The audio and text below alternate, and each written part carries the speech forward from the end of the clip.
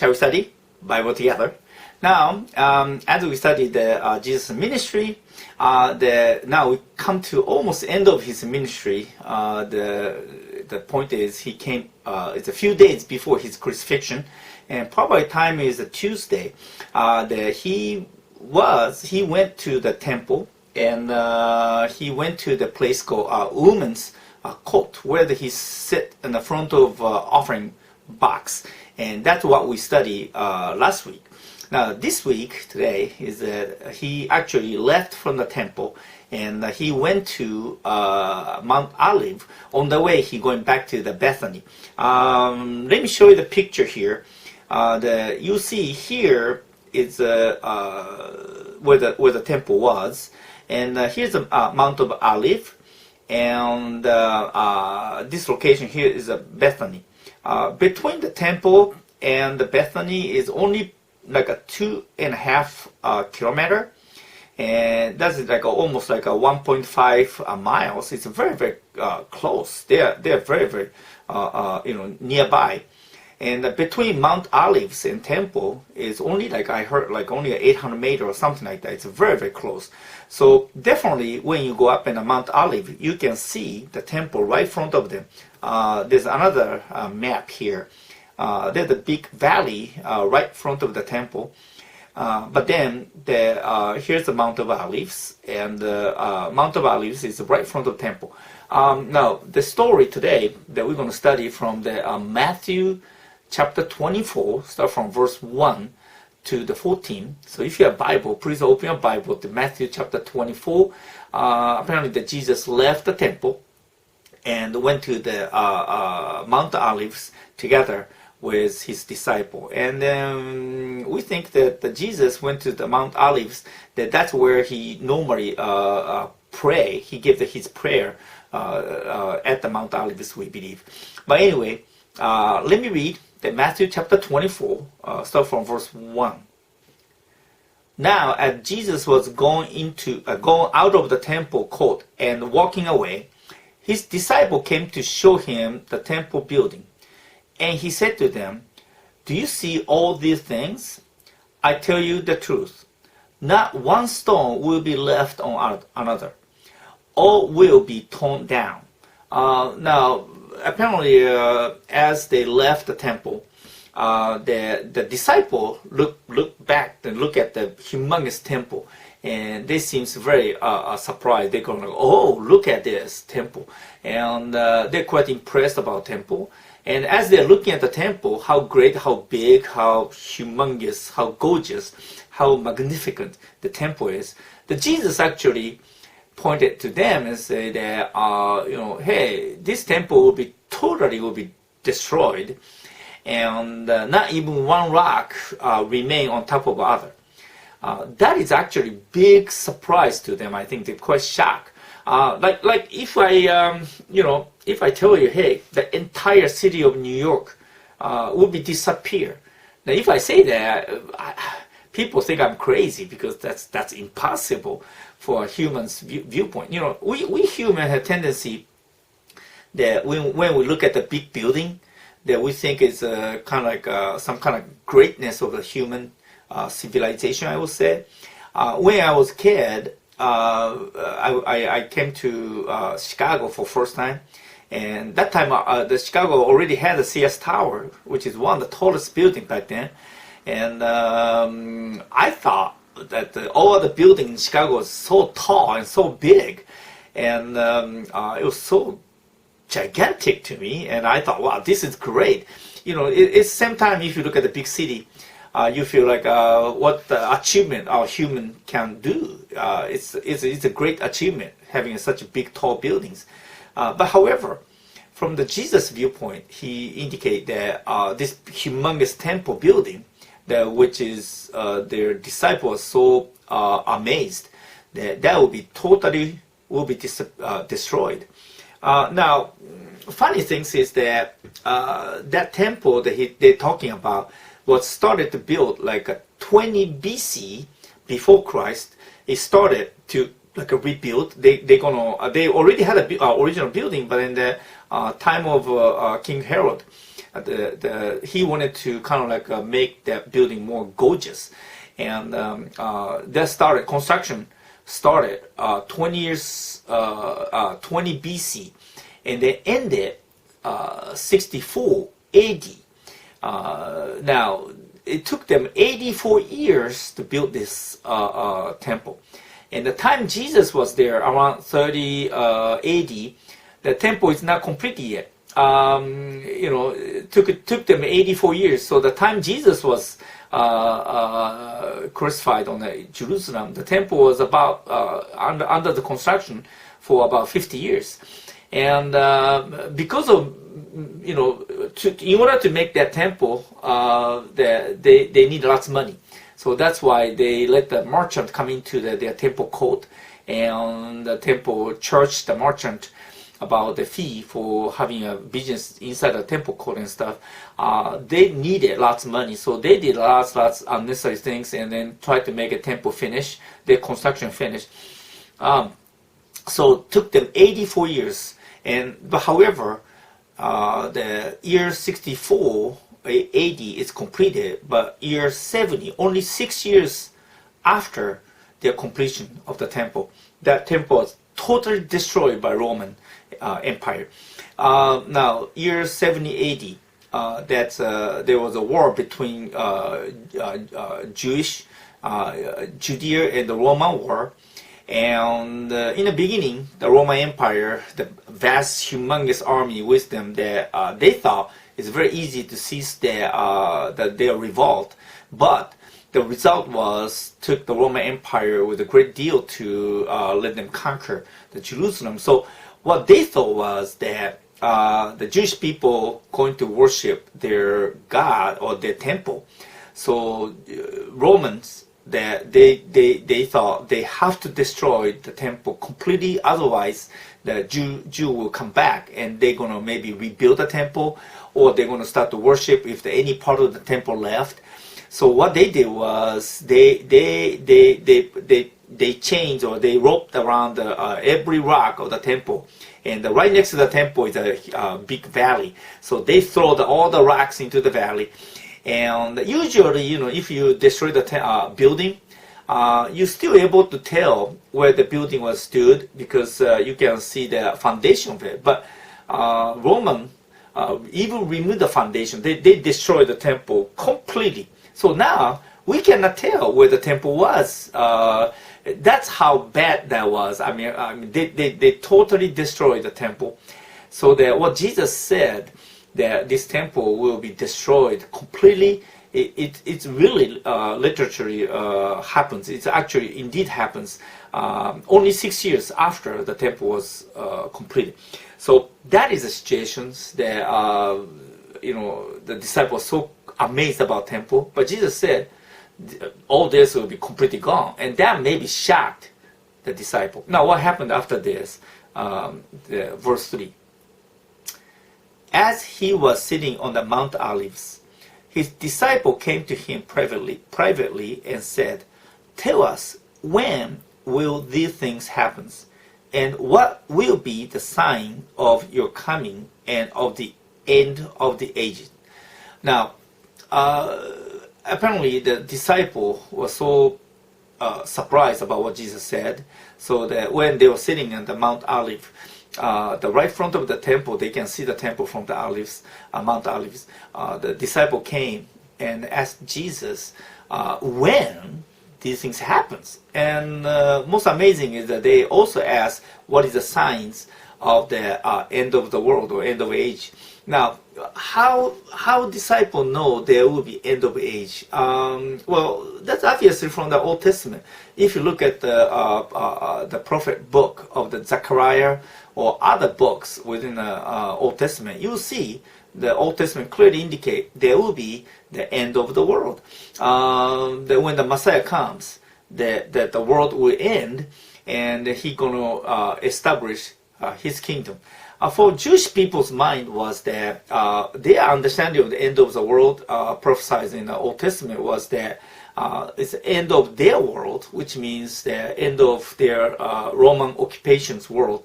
And then that when the Messiah came, that he actually going to build the kingdom, but it's a Jewish kingdom. Their concept of the Messiah going to establish their Jewish kingdom for them. But either way, they understood the end of the world concept. That basically when the Messiah comes, the Bible predict from the Old Testament and New Testament as well. When the Messiah comes, this world will be destroyed and this world will be ended. And then the new kingdom will be established. And that fundamentally, that continued till nowadays. But disciple ask that question and then see how Jesus answered to this. What kind of signs before the end of the world. And the first thing Jesus said in Matthew chapter 24, verse 4 and 5. Let's read that. Jesus answered them, "Watch out that no one mislead you. For many will come in my name, saying, 'I am the Christ,' and they will mislead many." Now, what's so interesting is first thing Jesus mentioned is that first sign of the end of the world is that there will be many people will come and say, "I am the Christ." Basically, what he's saying that there will be lots of fake Jesus coming up. And as I look at our recent history, our modern history, I see this lots new religion pop up in the past 100 to 150 years. I know there's a one guy, I forget his name, but he went to like a place like Guinea, some place in South America, I think was, and he actually poisons all his believer, and thousands of believers die or killed.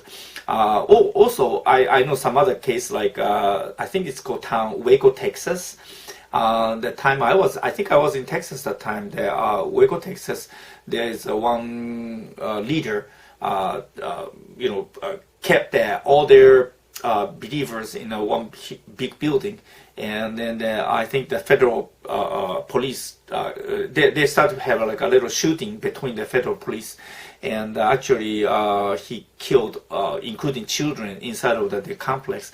Anyway, so many religions, and it's just a tip of the iceberg, I would say. There's so many new religions pop up in the last 100 to 150 years in the United States. And then that phenomenon is not only happening in the U.S. When I came back to Japan, indeed I noticed that Japan has lots new religions came out in 100 to 150 years in Japan. And every one of them said they're the genuine religions. Went to Korea. Korea has lots new cult religions and Korean religions. Many of them come out in Korea, and just every one of them claim they resurrected Christ or something like that. And this is not only Korea, Japan, U.S. I heard a friend from the Philippines. There's lots of religion in the Philippines coming up, new ones. And how about Europe? Europe has tons of new religion coming up here. Almost everywhere in the world, apparently there's something new religions pop up, and they claim to be the genuine one. That kind of remind me that this prophecy of the many false Christs who come seems fulfilled, or it's already happening here. But this happened in a very modern history. And then Jesus continues saying in verse 6, let me read that. "You will hear of the wars and the rumor of wars. Make sure that you are not alarmed, for this must happen, but the end is still to come." Now, Jesus continued to explain about next phenomena such as big war. Throughout the history of the mankind, we had a war and a battle everywhere. However, that Jesus mentioned that people will experience humongous war, that people think this must be the end of the world, and this kind of war will happen. But the thing is, even the humongous war will happen, and the people think this must be end, but then it's not really end yet. There's a little bit time. Now, when we look back at our recent history, modern history, it sure is. We had a very large war, and the last big war, we even call the World War. And the big war we had is almost 70 years passed since then. But that too seems that his prediction seems fit with our modern history. So possibility, there are the two things in a row: the many fake Christ and the big war that people think this is end. That seems happening in our modern history. And then continue, he said in verse 7-8, he said this: "For nation will rise up in arms against nation, and kingdom against kingdom, and there will be famines and earthquakes in various places. All these things are the beginning of birth pain." Now Jesus said after that war things, there will be the nation against nations and the kingdom against kingdom, and there will be famines and earthquake. The book of Luke mentions also that there will be plagues and so on. Now, what's happening here? I mean, when I was a kid, when I was a kid means like 60s and 70s. That was the time the Beatles was singing songs and all that. The time I believed that when I was a kid, I thought eventually the time I become adults, the world become like a one nations, because no one wanted to have a war. Everyone's in the world, they're pursuing their peace, and then it makes sense that we all get together to help each other instead of fighting each other. So that 1960 or 70s, I thought within about 20-30 years, the world will be one united government under the United Nations. That's what I thought was. But the reality after now I become my age and now the 21st century came, the reality is totally opposite. I can't believe that. I mean, how dumb we are. I mean, the race against race is apparently true happening. Big mess in the Middle East, and not only that, even United States. We involve so many conflict in the world, and every nation fighting other nations, and everybody seems not really go well. And then the fact is, there's so many plagues and earthquake. And then the funny things in the verse 8 indicate that all this is the beginning of the birth pain. Now, the concept, the word birth pain, is already written so many places in the Old Testament, book of Isaiah, Micah, Jeremiah, all talk about birth pain. But then what the birth pain, the Bible said is that the end of the world is like a birth pain, and that is more like when I had the first baby, I didn't know what to expect, and I was kind of a little bit panicked because when I went to the hospital, and the doctors and the nurses, they told me that, oh, you are the husband, you are the father of this child, you're a partner with your wife, so you have to learn how to breathe called Lamaze, and you go, oh he, oh who, oh he, oh who, oh he. I was dehydrated. They said you have to be a partner with your wife. But anyway, I didn't know what to expect having a first baby, so I was so nervous. And then also they told me that, oh, your job is that you take your wife to hospital when the water broke.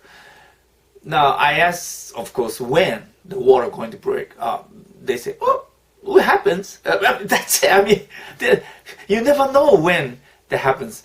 So I was so panicked, and then all the adults. I mean, I talked to my mom and parents and grandparents. They say, "Oh, it's nice, so nice having a baby," but they don't seem worried too much. But I was so worried because of my first baby. I didn't know what to expect, and then the time. However, I knew once the baby is born, I know my life will be changed. That's what I knew. So. The birth pain it's a pain, and you never know what happens. It's really unease, is a really concern and worry, and but then at the same time we have a hope that we're going to have a wonderful, happy time after the baby was born. So we can look at the future wonderful time. I think birth pain, it seems like that. I think it's the Bible revealed the end of the world is very, very concerned, and very we don't know when it happens, and we're so worried. And but however, we at the same time, after the end of the world, there will be a new kingdom. The God's kingdom will be established, and situations totally will be changed. There will be a really happy moment wait for us, behind this huge pain called birth pain. So that is, I think, that Jesus says. Now, this concerning about the signs of the end of the world is not only mentioned in the book of Matthew and Mark and Luke, but also the book called Revelation, the end of the book, or the entire Bible, the Revelation. And in Revelation chapter 6, you will see there is like a roll, and in this roll of the writing, they're written on all the detail about the end of the world. But however, there is a seventh seal. And so that John was so frustrated, and he almost cried and said, "Nobody can open these seven seals." But then the angels told him, they're the Christ, he can open it. And Christ opened each seal. And that was how described in the chapter 6 in Revelation. And the first seal he opens is a white horse. Now, by the way, this is a seal, so you have to open all the seven in order to open the roll. And until all the sevens opens, then finally you can see what happens in the detail in the end of the world. But anyway, the first seal, when he opens, you see the white horse coming up. Now, the white horse, and it's supposed to be written by King Jesus. And if it's Jesus, I think he should have a sword. But however, this white horse with Jesus-like figure having a bow instead. So it's possibly indicate it's a fake Christ, fake religions and stuff. And then after that, the second seal indicate is red horses, and the red horse indicate that take the peace away from people, and that obviously is a war, and the people will be kill each other in a big war. And also the third seal was a black horse with a guy holding the scale. And now there's several interpretations on this, but in the one possibility is that he weighed the 1 day wage, or 1 denarius, with flowers and stuff. So possibly people love getting cold, and people really become only money conscious, and they just have to live by the daily wage and stuff. That's one possibility. Other possibility is scale usually indicate the justice. So that in the entire world try to be justice, and when the nation against each other, they try to solve the problem, but it's not incomplete. I mean, no one, the United Nations really cannot solve this race against race or nation against nation issue within a trade issue, and none of that can be solved because it's so ineffective. That's another interpretation. Another interpretation is the famine. This black horse holding the scale to weigh the food, and some people get it, some people don't get it, and that's another interpretation. So there's several interpretations, but this black horse surely does indicate our current situation. And then the pale blue horse, and the blue ones is bring us like a plague and the famine and the death. And one thing I don't quite understand is when we look at our modern history in the past, I would say 50 years or so, our world, our medical technology has been very much advanced. We know a lot about DNA and IP cells and many things we find out about this medical area. However, every year I heard something new disease coming up, such as like Ebola viruses or like AIDS, SARS, the bird flu. And I just heard only a few days ago, I heard that there's some kind of the flu going on in China. So what's going on here? I mean, how come almost every year we heard something new? I mean, something new disease coming up. Why is there so many of them? Is that because of prophecy fulfilling? I mean, on the famine too. The famine seems not cease at all. We still have a famine. We still have a race against race, genocides everywhere. This world is unlike what I thought that will be. It's not united at all. We are really fighting. And that seems very much connoted the current situation we are in right now in our early 21st century. Now, after this, the both Revelations and all the chapter 24 of Matthew and Mark and Luke, all talking about church. All so far, first four seal was talking about what happened in the worldwide, but then the fifth seal, it seems like the fifth indication, fifth signs, is something to do with the Christian. Let me read that in chapter 24, verse 9 and 14. Then they will hand you over to be persecuted and will kill you. You will be hated by all the nations because of my name. Then many will be led into sin, and they will betray one another and hate one another. And many false prophets will appear and deceive many. And because lawlessness will increase so much, the love of many will grow cold. But the person who endures to the end will be saved. And this gospel of kingdom will be preached throughout the whole inhabited earth as testimony to all nations, and then the end will come. Well, according to the Bible, clearly indicate that the Christian will be persecuted, and then some of them will be killed. And but however, that persecution itself become great opportunity for Christian to go out the entire world, so that the testimony indicate that our testimony to the gospel will spread every corner of the world. Now that's only happens now. I mean, throughout the 2,000 years of the long history of Christianity, this is really the only time that every corner of the world, as far as I know, the missionary went. And what I heard is there's no places left that missionary had not gone. Only probably a few years ago, I would say, that I heard the news that there was a young American missionary tried to reach the remote islands in the Indian Ocean, and I think there's a tribe people there. They kind of prohibit anybody coming to their village, but then this missionary indeed was killed there. And but that kind of remind me that even such a remote islands, the missionary went. As far as I know, there'll be just everywhere in the world there's a missionary went there. So possibility that end of the world is very, very near, and this only happens. But at the same time, being a Christian become tougher and tougher, and lots of people may hate you, and some of them indeed being killed. I read some article about that.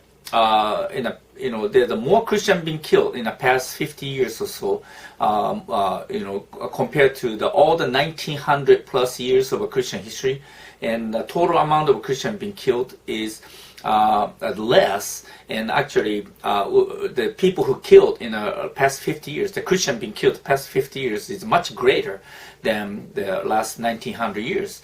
That's what I heard. But either way, there, even today, lots of Christians being killed, especially places like the Middle East.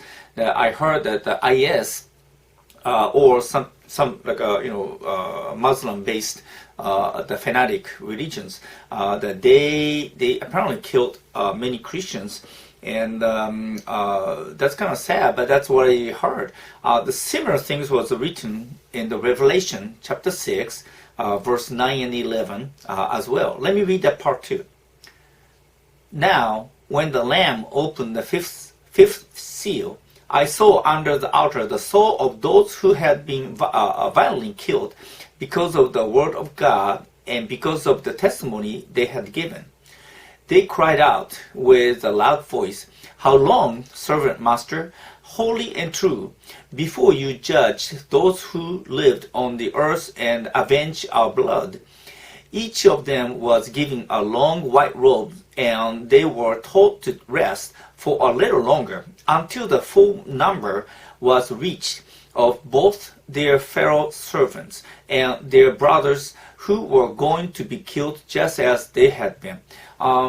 Apparently indicating that even the Revelation in the fifth seal is that Christians being persecuted and some of them killed. But the Bible revealed that they being asked to wait until the whole number will be filled, which means there's a people will be saved and people will constantly become Christian, but yet there will be some of them killed, and until all the number being filled means until all the Christian being saved, then the world will come to an end. When I used to live in the U.S., I have seen quite often in the news that Christian killed there here. It's sad. I had one friend. He's actually came from Iraq, and he's a Catholic, and he escaped from Iraq. Now living in the U.S. And there's a lot of persecutions, being very difficulty living being a Christian in Middle East apparently, and not only Middle East, everywhere in the world. The Christian is not really very difficult to live as a Christian sometimes. The country like U.S. or South Korea is, I think, was rare. Even Japan, that I live here, I realized that we only have like a 1% Christian here in Japan. And sometimes not that easy to live here.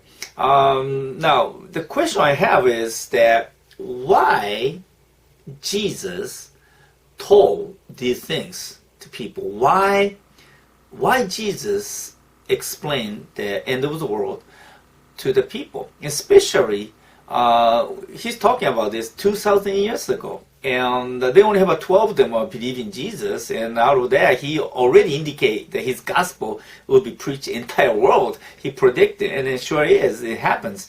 And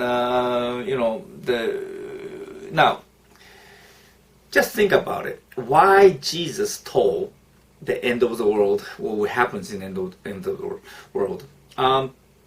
If you have a time machine, and if you can go back to, I would say, a few days before September 11, what would you do? I mean, if September 11th happens, and if you knew it, what happens? If I can go back just even few days before the September 11th, I'm probably going to spend all my time and money to warn the people that will happen, and I'm probably going to tell them maybe that day they shouldn't come to work, or I will tell everybody that even I would probably reach government, try to evade that terrorist attack if I can. Now, if you know that the event actually going to happen, don't you think that's what you're going to do? If you have a time machine and if you can go back to before some phenomenon or some terrible things happens, won't you want to go back and tell people, give the warning? Like the tsunami that we had in Japan, the September, that was I think the March 11. If I can go back, only a month before the tsunami, I would probably go to the north side of Japan. And I will try to go to every villages telling people that when tsunami come, they have to escape. The many people were killed because they never thought that tsunami will reach their their house, and their house they're going to be washed away. They never thought about it. It never happened in the past, but then it did happen. So it's not mean that never happened in the past. It's not going to happen. That could possibly happen. So that we have to really warn. So I think that Jesus really, based on the fact that he probably knew the whole things, that he revealed, and what will happen towards the end of the world, and that's clear indication. It's a warning. At the same time, he urging us to believe in him, so that he is a Messiah, and he died on the cross for atonement of sin, and then he died for us, and he actually resurrected physically. If we believe in that, we have eternal life, and we can enter the kingdom of heaven. That I think the message has to be clearly spoken to every people, every corner of the world. And the more we do, the end of the world come closer, and his kingdom will come closer. Well, shall we pray? Father in heaven, thank you for today's message. And as we suffer, understanding that what will happen in the end of the world, but yet you clearly indicate there will be. And this prophecy has been given to us throughout the ages, yet many has been ignored. And especially all the signs that indicate in the Bible seems happening in our modern history. And probably the end of the world is very near. And either way, that we will continue to tell others about the gospel. And so please help us. Jesus, we pray. Amen. Okay, take care. Have a nice day. Bye-bye.